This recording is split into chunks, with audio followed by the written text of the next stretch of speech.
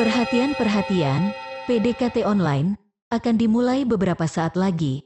Mari siapkan hati kita untuk memuji dan menyembah Tuhan.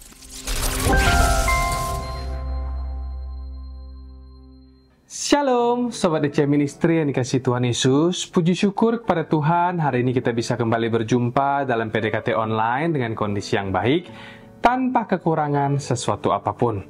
Pernah nggak ada dari kita yang merasa kok kayak nggak adil ya ketika di luar sana ada orang yang hidup seenaknya, semau gue, tapi hidup mereka terlihat lancar-lancar saja. Sementara kita yang sudah berusaha hidup benar justru malah harus menghadapi masalah, ujian, atau bahkan pergumulan yang terasa bertubi-tubi. Nah, hari ini saya rindu kita untuk belajar dari seorang tokoh luar biasa yang pastinya sudah tidak asing lagi bagi kita, yaitu Ayub. Seorang yang Alkitab sebut sebagai orang benar di hadapan Tuhan. Tapi meskipun Ayub itu benar, bukan berarti hidupnya bebas dari ujian. Buktinya, kita semua tahu betapa berat penderitaan yang harus Ayub lalui. Dia mengalami yang namanya malapetaka besar, sesuatu yang menurut pemikiran manusia terasa tidak layak untuk dia terima.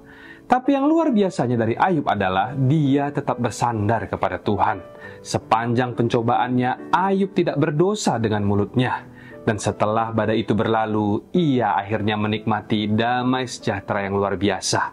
Karena itu, tetaplah percaya saudaraku, Tuhan tidak pernah membiarkan kesetiaan kita itu sia-sia. Lewat kisah Ayub ini kita akan melihat bahwa di balik setiap ujian, Tuhan sudah menyiapkan upah mulia bagi setiap orang yang bertahan. Tuhan kita itu adil, seadil-adilnya. Dia tahu bagaimana membedakan antara orang fasik dan orang benar. Karena itu, mari siapkan hati untuk bersama-sama merenungkan kebenaran firman pada hari ini. Dan seperti biasa, sebelum kita lanjut lebih dalam, mari kita satukan hati kita di dalam doa. Tuhan Yesus yang baik, kami bersyukur buat kesempatan yang Kau berikan bagi kami untuk kembali berjumpa dalam PDKT Online hari ini untuk mendengarkan firman-Mu. Bukalah hati dan pikiran kami ya Tuhan, supaya kami bukan hanya mengerti isi hati-Mu, tapi juga mau taat dan melakukannya dalam hidup kami. Sembunyikanlah hamba di balik salib-Mu, dan biarlah hanya suara-Mu yang terdengar. Kami siap untuk menerima firman-Mu di dalam nama Tuhan Yesus yang siap diberkati bersama kita katakan, Amin. Shalom, menyapa kembali Bapak Ibu, Saudara-saudariku, Sobat DC Ministry dimanapun berada. Sharing hari ini saya berjudul, Enak jadi orang benar, tapi jadi orang benar nggak selalu enak. Nah, lewat firman Tuhan hari ini kita akan lihat bahwa meskipun jalan hidup orang benar kadang terasa berat, Tuhan selalu punya rencana yang jauh lebih indah di balik semuanya. Mari kita langsung buka Alkitab kita dari Ayub pasal yang ke-42, ayat 7-17 dengan judul perikop yang ada di Alkitab kita, keadaan Ayub dipulihkan. Dimulai dari ayat yang ke-7, demikian firman Tuhan. Setelah Tuhan mengucapkan firman itu kepada Ayub, maka firman Tuhan kepada Elifas orang Teman, murkaku menyala terhadap engkau dan terhadap kedua sahabatmu, karena kamu tidak berkata benar tentang aku seperti hambaku Ayub. Di ayat ini mulai terjadi sebuah transisi besar dalam hidup Ayub. Saat itu, Ayub memang masih dalam penderitaan. Dia masih kehilangan segalanya, tapi sebenarnya dia sudah mulai menyeberangi sungai kesengsaraan dan masuk ke tanah pemulihan. Sedikit flashback ke pasal-pasal yang sebelumnya diceritakan, bahwa Ayub ini punya 3 sahabat dekat yang bernama Elifas orang Teman, Bildad orang Suah, dan juga Jofar orang Naamah. Yang namanya sahabat itu kan sudah semestinya jadi penghibur di masa-masa sulit. Tetapi di kasusnya Ayub kali ini yang terjadi justru sebaliknya. Karena ketiga sahabatnya Ayub ini malah menghakimi dia, salah bicara, dan salah menilai serta salah berkomentar tentang hidupnya Ayub.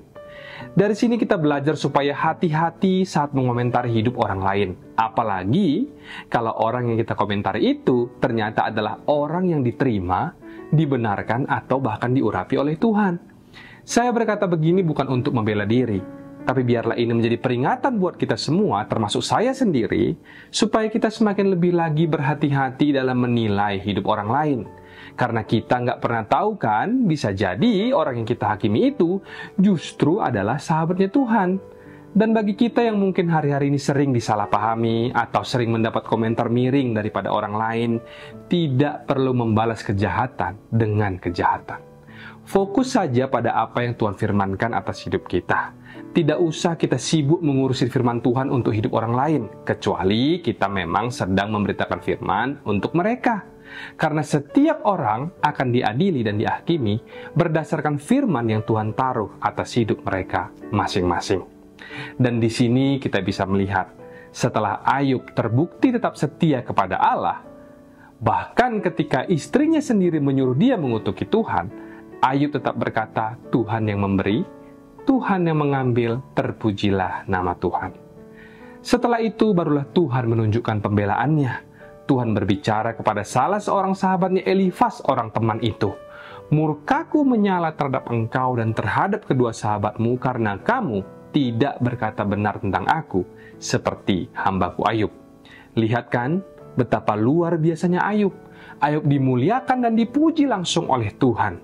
Karena itu Sobat DC Ministry, kalau ada orang lain yang berbuat jahat kepadamu atau berkata-kata menyakitkan tentang dirimu, udahlah, jangan terlalu digubris yang demikian. Karena mereka akan berurusan sama Tuhan, bukan sama kita. Sementara tugas kita ialah menjaga hati agar tak berkenan di hadapan Tuhan. Dan di saat kita hidup berkenan, maka penyertaan dan pembelaan Tuhan pasti nyata di dalam hidup kita. Setelah Tuhan menunjukkan pembelaannya kepada Ayub, kita lanjutkan ke ayat berikutnya, yaitu di ayat 8 dikatakan, oleh sebab itu, ambillah 7 ekor lembu jantan dan 7 ekor domba jantan dan pergilah kepada hambaku Ayub, lalu persembahkanlah semuanya itu sebagai korban bakaran untuk dirimu, dan baiklah hambaku Ayub meminta doa untuk kamu, karena hanya permintaannya lah yang akan kuterima, supaya aku tidak melakukan aniaya terhadap kamu, sebab kamu tidak berkata benar tentang aku seperti hambaku Ayub. Nah, setelah tadi Tuhan menegur dengan keras ketiga sahabat Ayub ini, Tuhan kemudian menyuruh mereka untuk membawa korban bakaran. Tapi yang menariknya adalah Tuhan mau supaya Ayublah yang harus berdoa dan mempersembahkan korban itu sebagai imam atas mereka. Seolah-olah Tuhan bilang begini kepada mereka bertiga, aku hanya mau mendengar doanya Ayub. Kalau Ayub yang berdoa, aku akan menerimanya. Dan disinilah kita bisa melihat betapa istimewanya menjadi orang benar. Orang benar itu dikenan oleh Allah dan dekat dengan hatinya Allah. Doanya menembus langit tanpa ada jarak. Tapi meskipun istimewa, menjadi orang benar itu bukan berarti hidupnya selalu enak. Buktinya, Ayub sebelum sampai pada pemulihan dan kemuliaan, dia harus dulu melewati masa-masa penderitaan yang berat. Lalu kita lanjut ke ayat berikutnya di ayat 9 dikatakan, maka pergilah Elifas, orang teman, Bildad dan Zofar, lalu mereka melakukan seperti apa yang difirmankan Tuhan kepada mereka, dan Tuhan menerima permintaan Ayub.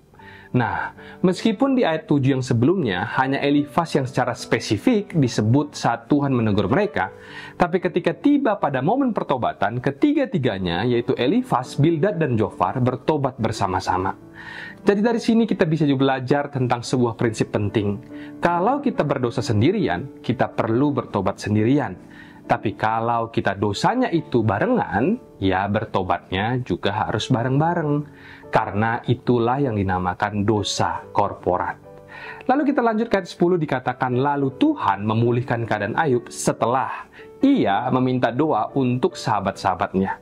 Perhatikan baik-baik ada kata-kata setelah di ayat ini, yang menandakan bahwa pemulihan Ayub terjadi setelah ia mendoakan orang-orang yang pernah menyakitinya.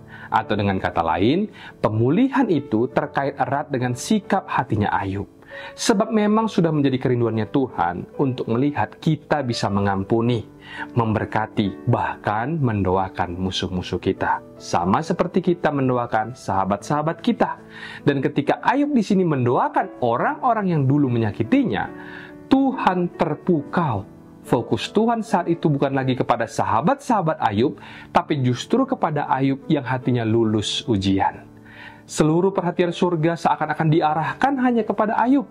Dan di ayat 10b dikatakan, Tuhan memberikan kepada Ayub 2 kali lipat dari segala kepunyaannya dahulu. Pelajaran pertama dari sharing hari ini, jangan hanya fokus supaya cepat keluar dari masalah, tapi perhatikan dan jagalah hatimu saat ada di dalam proses. Karena Tuhan lebih peduli pada membentuk karakter kita daripada sekedar mengubah situasi kita. Dan percayalah saudaraku, apa yang iblis rampas dari hidupmu, Tuhan sanggup kembalikan 2 kali lipat. Katakan amin. Namun kita juga perlu mengerti bahwa yang dikembalikan adalah apa yang diambil oleh iblis, bukan apa yang memang Tuhan ambil dari hidup kita. Kalau Tuhan mengambil sesuatu, belajarlah untuk tak bersyukur. Kalau ada hal-hal dalam hidupmu yang diambil secara paksa oleh pekerjaan roh jahat, kuasa kegelapan, atau bahkan melalui orang-orang yang jahat terhadapmu, karena mereka juga pasti dihasut oleh roh setan. Jangan terpancing emosi, tetaplah berkati dan doakan mereka karena upahmu ada pada Tuhan. Sedangkan untuk hal-hal yang memang Tuhan ambil, ingatlah apa yang Ayub pernah katakan di pasal-pasal yang sebelumnya. Tuhan yang memberi, Tuhan yang mengambil, terpujilah nama Tuhan. Ayub mengucapkan kalimat ini bukan di saat hidupnya baik-baik saja, tapi dia ngomong begini di saat semua hartanya habis, anak-anaknya meninggal dunia, bahkan istrinya sendiri pun ikut menghasut dia untuk meninggalkan Tuhan. Tetapi Ayub tetap berkata, apakah kita mau menerima yang baik dari Allah, tetapi tidak mau menerima yang buruk? Luar biasa saudaraku, Ayub tidak menuntut Allah karena dia tahu semua yang ia miliki adalah kemurahan Allah semata. Tapi masa iya sih Tuhan mau mengambil sesuatu dari kita? Tentu tidak. Buktinya kalau kita baca keseluruhan kisah Ayub ini, kita tahu yang melakukan semua itu adalah iblis. Tuhan hanya mengizinkannya sebagai ujian untuk membuktikan ketulusan iman Ayub. Ingat lagi firman Tuhan dalam Yakobus 1 ayat ke-13 dikatakan bahwa Allah tidak dapat dicobai oleh yang jahat dan ia sendiri tidak mencobai siapapun. Meskipun Ayub di awal sempat mengira kalau itu Tuhan yang mengambilnya, Tuhan tidak menegur Ayub. Malah sebaliknya, justru dari sini makin kelihatanlah watak asli dan kemurnian imannya Ayub. Sekalipun di saat itu ia tidak sepenuhnya mengerti apa yang terjadi, tapi Ayub tetap memilih untuk mempercayai Tuhan. Dan di akhir kisahnya kita bisa lihat, kalau semua yang hilang dirampas oleh iblis, dikembalikan 2 kali lipat. Maka dari itu hari ini kalau ada bagian hidupmu yang terasa seperti diambil atau dirampas, mari minta hikmat dari Tuhan untuk membedakan mana pekerjaan iblis, mana tangan Tuhan. Pokoknya saudaraku tenang, jangan mencurigai Tuhan. Tuhan kita itu baik, bahkan nyawanya sendiri pun sudah Dia serahkan buat kita. Apalagi untuk perkara-perkara lain dalam hidup kita, percayalah kepada Tuhan dengan segenap hatimu. Dan jangan bersandar pada pengertianmu sendiri. Nantikanlah Tuhan, sebab Tuhan tahu persis apa yang akan dan sedang Dia kerjakan di dalam hidupmu. Ada amin saudara. Kita lanjut ke ayat berikutnya di ayat 11 dikatakan, kemudian datanglah kepadanya semua saudaranya laki-laki dan perempuan dan semua kenalannya yang lama dan makan bersama-sama dengan dia di rumahnya. Mereka menyatakan turut berduka cita dan menghibur dia oleh karena segala malapetaka yang telah ditimpakan Tuhan kepadanya, dan mereka masing-masing memberi dia uang 1 kesita dan sebuah cincin emas. Jujur saat pertama kali saya membaca ayat ini saya sempat berpikir, loh kok begitu ya? Kemana aja mereka selama ini saat Ayub jatuh sendirian, saat Ayub sakit-sakitan dan berjuang sendirian? Kenapa baru setelah Ayub dipulihkan, baru mereka semua tiba-tiba bermunculan? Tetapi setelah merenung lagi lebih dalam, Roh Kudus mengajarkan saya sesuatu. Bahwa ternyata upah orang benar itu bukan hanya harta dan kesehatannya yang dipulihkan. Tapi semua hubungan yang dulunya sempat rusak ataupun renggang juga ikut dipulihkan. Bahkan musuh pun ikut didamaikan dengannya. Sesuai dengan apa yang tertulis dalam Amsal 16 ayat ke-7.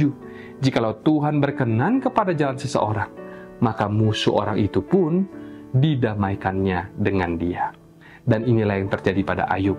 Tuhan bukan hanya memulihkan apa yang hilang, tapi Tuhan juga mengembalikan orang-orang yang dulu ada di sekelilingnya. Pesan yang bisa kita tarik dari sini adalah jangan terlalu sibuk menghitung siapa yang ada ataupun siapa yang tidak ada saat kita jatuh. Fokus saja tetap setia berjalan bersama dengan Tuhan, karena pada waktunya Tuhan sendiri yang akan mengatur siapa yang perlu tinggal, siapa yang perlu kembali dan siapa yang perlu datang mendampingi perjalanan hidup kita ke depan. Bahkan yang lebih luar biasanya lagi, kalau kita tetap setia dan menjaga hati kita bersih, Tuhan akan menggerakkan tangan-tangan sukarela untuk menopang kita, seperti yang terjadi dalam kisah Ayub ini. Orang-orang yang datang masing-masing membawa sebuah uang kesita dan sebuah cincin emas sebagai tanda dukungan, penghiburan, dan kasih mereka kepada Ayub. Tuhan kita adalah Allah yang setia. Dia bukan hanya memulihkan apa yang pernah hilang, tapi Dia juga menambahkan lebih daripada apa yang sebelumnya pernah kita miliki. Lanjut ke ayat 12 dan 13, Tuhan memberkati Ayub dalam hidupnya yang selanjutnya lebih daripada dalam hidupnya yang dahulu. Ia mendapat 14.000 ekor kambing domba, dan 6.000 unta, 1.000 pasang lembu, dan 1.000 ekor keledai betina. Ia juga mendapat 7 orang anak laki-laki, dan 3 orang anak perempuan. Kalau kita baca sekilas, ayat ini memang seperti sedang berbicara soal berkat materi, tentang banyaknya kambing domba, unta, lembu, dan juga keledai. Tapi kalau kita renungkan lebih dalam, kita akan sadar kalau ini bukan sekedar soal jumlah atau kekayaan fisik, sebab apa yang Tuhan berikan pada Ayub ini jauh lebih besar daripada sekedar harta, tapi Tuhan memberikan penyertaan-Nya yang nyata dalam hidup Ayub. Tuhan tidak hanya melipat gandakan harta Ayub 2 kali lipat secara persis, seperti yang tercatat di Ayub pasal pertama, tetapi lebih daripada itu, Tuhan juga mengembalikan anak-anaknya 7 laki-laki dan 3 perempuan. Persis sama seperti susunan keluarganya yang dulu. Dan ini bukanlah sebuah kebetulan. Kalau soal kambing domba, orang mungkin saja bisa beli kapan saja. Tapi kalau soal anak-anak, tidak ada yang bisa menciptakan keturunan kecuali tangan Tuhan sendiri. Seakan-akan Tuhan berkata kepada Ayub, anak-anakmu yang dahulu kini bersama-sama denganku, dan sekarang aku percayakan keturunan baru untukmu, untuk kau pelihara bersama-sama dengan aku. Sungguh, ini bukan sekedar pelipat gandaan harta, tapi inilah yang dinamakan penghiburan sorgawi. Sebuah bukti bahwa penyertaan Tuhan nyata, bahkan sampai ke kedalaman hati seorang ayah seperti Ayub. Itulah sebabnya kita perlu untuk berkomitmen dalam hati kita. Jangan pernah menukar penyertaan Tuhan yang luar biasa ini dengan apapun juga. Karena tanpa penyertaan Tuhan, hidup kita akan tetap kosong, tidak peduli sebanyak apapun harta atau pencapaian yang kita miliki. Lalu di ayat selanjutnya di ayat 14 dikatakan, dan anak perempuan yang pertama diberinya nama Yemimah, yang kedua Kesia, dan yang ketiga Keren-hapuk. Anak perempuan pertama diberi nama Yemimah yang artinya hari baru telah tiba, yang kedua Kesia yang berarti keharuman yang mewangi, dan anak ketiga Keren-hapuk yang berarti pemulihan yang melimpah. Dari ketiga nama ini saja kita bisa melihat bagaimana hati Ayub benar-benar telah dipulihkan. Hidupnya sekarang dipenuhi dengan sukacita baru, keharuman pengharapan baru, dan berkat yang tidak berasal dari dunia, melainkan dari tangan Tuhan sendiri. Inilah tanda nyata penyertaan Allah atas hidup orang benar. Lalu di ayat 15 dikatakan, di seluruh negeri tidak terdapat perempuan yang secantik anak-anak Ayub, dan mereka diberi ayahnya milik pusaka di tengah-tengah saudara-saudaranya laki-laki. Sampai di sini kita bisa melihat bahwa berkat Tuhan tidak hanya soal materi, tetapi juga mengubah struktur sosial pada masa itu. Sebab pada zaman itu pada umumnya, anak perempuan tidak mendapatkan warisan. Tetapi Ayub yang hatinya telah dipulihkan penuh oleh kasih Tuhan, memutuskan untuk memberikan hak waris yang sama kepada anak-anak perempuannya. Kasih Tuhan yang memperbaharui hidup Ayub juga memperbaharui cara Ayub memandang nilai anak-anaknya, baik laki-laki maupun perempuan. Kemudian di ayat 16 dan 17 dikatakan, sesudah itu Ayub masih hidup 140 tahun lamanya. Ia melihat anak-anaknya dan cucu-cucunya sampai keturunan yang keempat. Maka matilah Ayub, tua dan lanjut umur. Hidup Ayub diakhiri dengan damai, penuh berkat dan penuh penyertaan karena dia tetap setia dan tidak menyerah saat melewati pencobaan. Dari keseluruhan kisah Ayub hari ini, ada 3 poin penting yang bisa menjadi rema buat kita. Yang pertama, menjadi orang benar adalah kehormatan besar di mata Tuhan, tapi bukan berarti bebas dari ujian. Jalan orang benar kadang terasa berat, ada air mata, ada tekanan, tapi percayalah, Tuhan tidak pernah meninggalkan orang yang setia. Ujian bukan tanda Tuhan marah, melainkan proses untuk memulihkan iman kita. 2. Pemulihan Tuhan bukan sekedar mengembalikan apa yang hilang, tetapi melipat gandakannya. Apa yang pernah dirampas, dicuri, atau dihancurkan oleh kuasa kegelapan akan Tuhan kembalikan 2 kali lipat tepat pada waktunya. Tapi ingat, fokus kita bukan hanya pada hasil, melainkan menjaga hati kita tetap murni sepanjang prosesnya. 3. Hidup dalam kebenaran membawa penyertaan dan kehormatan dari Tuhan. Penyertaan Tuhan itu jauh lebih berharga daripada sekedar berkat duniawi. Di saat kita tetap hidup benar, Tuhan bukan hanya memberkati, tapi memulihkan relasi, mengangkat hidup kita, dan membawa damai sampai ke garis akhir hidup kita seperti Ayub. Sobat DC Ministry, mungkin hari ini jalan yang kita tempuh terasa berat, tapi ingatlah bahwa Tuhan itu adil, Dia setia, dan upah orang benar tidak akan pernah hilang. Mari tetap pegang kebenaran, jaga hati kita tetap murni, dan terus percaya bahwa apa yang Tuhan sudah mulai dalam hidup kita, Dia juga yang akan menyempurnakannya. Sebelum kita menerima berkat, mari kita satukan hati kita di dalam doa. Tuhan Yesus yang baik, terima kasih untuk firman-Mu hari ini. Kami belajar bahwa menjadi orang benar memang tidak selalu mudah, tapi bersama dengan Engkau selalu ada pengharapan yang hidup. Tolonglah setiap kami ya Tuhan, supaya bisa tetap kuat saat diuji, tetap setia saat ditekan, dan tetap taat kepadamu meskipun jalannya berat. Dan seperti Engkau yang sanggup memulihkan keadaan Ayub, kami percaya Engkau juga sedang menyiapkan pemulihan bagi hidup setiap kami. Hari ini kami juga tidak lupa berdoa buat semua sobat DC Ministry dimanapun mereka berada. Kiranya Tuhan sendiri yang terus menguatkan, meneguhkan, dan menuntun setiap langkah kami, agar tetap berjalan dalam kehendak dan rencana-Mu. Kami serahkan seluruh hidup kami ke dalam tangan-Mu. Di dalam nama Tuhan Yesus, mari kita yang percaya dan berdoa bersama kita katakan, Amin. Mari kita buka hati dan angkat tangan kita untuk menerima berkat daripada Tuhan. Terimalah kiranya berkat dari Allah Bapa, cinta kasih Tuhan Yesus Kristus, penyertaan Allah Roh Kudus akan menyertai hidupmu mulai hari ini, bahkan sampai kali yang kedua Tuhan Yesus datang menjemput kita, namamu tercatat di dalam kitab kehidupan.